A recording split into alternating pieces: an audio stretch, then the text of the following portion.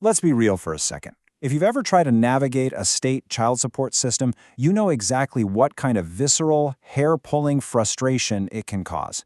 I mean, you're just trying to manage your family's livelihood, right?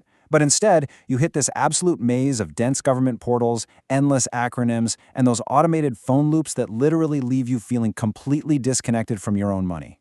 It's incredibly stressful, and honestly, if you're feeling overwhelmed by it right now, you are absolutely not alone. The whole system can kind of feel like this giant black box where your financial stability just goes to hide.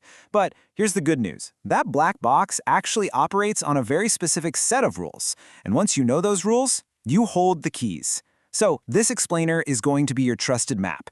We're going to completely demystify how to track your child support payments online in the state of Maine. By the time we wrap up, you'll have the exact step-by-step process you need to move from total confusion to complete peace of mind, compliance, and assertive financial control. Okay, let's dive into this. Here is our quick roadmap for conquering this bureaucracy together. First up, Maine child support basics. Second, setting up online access. Third, tracking payments and funds. Fourth, overcoming common system hurdles. And finally, securing your financial future. All right, Section 1, Maine Child Support Basics. To beat the system, you first have to understand who's actually running it. Let's kick things off with the single most important acronym you're going to see, DCSER. That stands for the Division of Support Enforcement and Recovery. Basically, this is the state entity legally tasked with managing your child support. Under Maine law, DCSER is the one responsible for locating parents, establishing legal parentage, and determining, collecting, and enforcing support obligations. So just think of them as the official, highly regulated record keeper of your family's support transactions. Now, DCER operates under the umbrella of the Maine Department of Health and Human Services, or DHHS. But, and this is a big but, it's totally crucial to understand their legal boundaries. While they track every single penny to give you a verified real-time case ledger, they are explicitly prohibited from providing private legal advice. So, for example, if you're legally owed back pay, yeah, they'll enforce that collection for sure. But they absolutely cannot help you negotiate weekend visitation or handle custody disputes. Their one and only focus is the financial enforcement and tracking of your case. Moving right along to Section 2, Setting up Online Access. Getting into the state's digital ledger is your first major goal here. Let's see how this builds step by step. To actually view your detailed payment histories, you have to get into the DCR Customer Portal. People usually just call it C-Portal. This secure interface is great because it replaces the need to constantly call up a caseworker. But because family law standards demand incredibly strict confidentiality, you can't just create an account like you would on, say, Instagram. You have to follow a very specific verification protocol. Honestly, think of this login process like setting up a vault door. When you go to register, the system is going to ask for these exact inputs: your legal last name exactly as it appears in their database, your unique state-issued member ID, the last 6 digits of your social security number, a specific 4-digit DSCR PIN, your contact credentials, and a secure password. Pro tip here? Gather all of these documents before you even open your browser. It will totally save you from mid-registration frustration. Now here is where almost everyone gets stuck. You might be hunting for your member ID or that DCR PIN online and coming up completely empty. Let me tell you, that is not a glitch. It's actually a deliberate protective barrier. Because these identifiers connect directly to your sensitive financial files, they aren't just floating around the internet for anyone to grab. You literally have to get them directly from DCR administrative staff, either by calling their toll-free number or emailing their case review unit.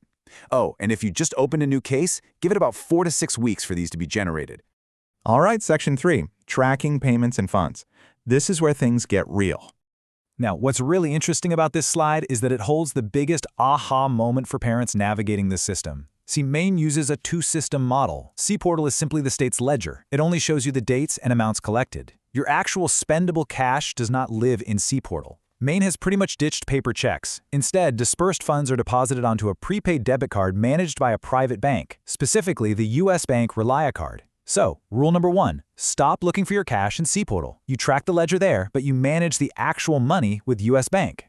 And because a totally separate bank handles the funds, you've got to use their specific tools. You can track your balance at usbankreliacard.com, or honestly just download their mobile app. It's way easier. But the absolute best tip I can give you here Enroll in their real-time SMS and email deposit alerts. Funds usually hit the card about 2 to 3 business days after DSCR releases them. Setting up a text alert the exact second that money loads is a game changer. It completely prevents unpleasant surprises and keeps your finances on track. Now, for non-custodial parents making independent payments, the state actually provides several secure channels. If you use iPay Online, ACH transfers are completely free. Just watch out, because using a credit or debit card there tacks on a 2.95% flat fee. Expert Pay is awesome if you want to set up recurring direct debits. If you're a cash person, you can use Pay Near Me at local retailers like CVS or Walmart, and that'll run you a $2.99 fee. And, naturally, mailing a check to the state treasury is free, well, except for the cost of a stamp. Knowing these exact fees up front really helps you choose the most efficient route. Speaking of fees, we really need to talk about this number, $35. Yep, there is a federal cover charge. Basically, federal regulations require DSCR to assess a $35 annual service fee on specific cases. Now, this only kicks in if DSCR has successfully disbursed at least $550 to the family in the federal fiscal year, and only if the family has never received cash assistance through the TANF program. The catch? This fee is automatically deducted from your payments. You can't just mail a check to cover it manually. Knowing this is crucial so you aren't completely caught off guard when a payment comes up slightly short in October. Section 4. Overcoming common system hurdles. Because, let's face it, things go wrong. So what happens when systems fail? What if you're locked out of the portal, or the internet is down, or you spot a weird payment discrepancy? First of all, do not panic.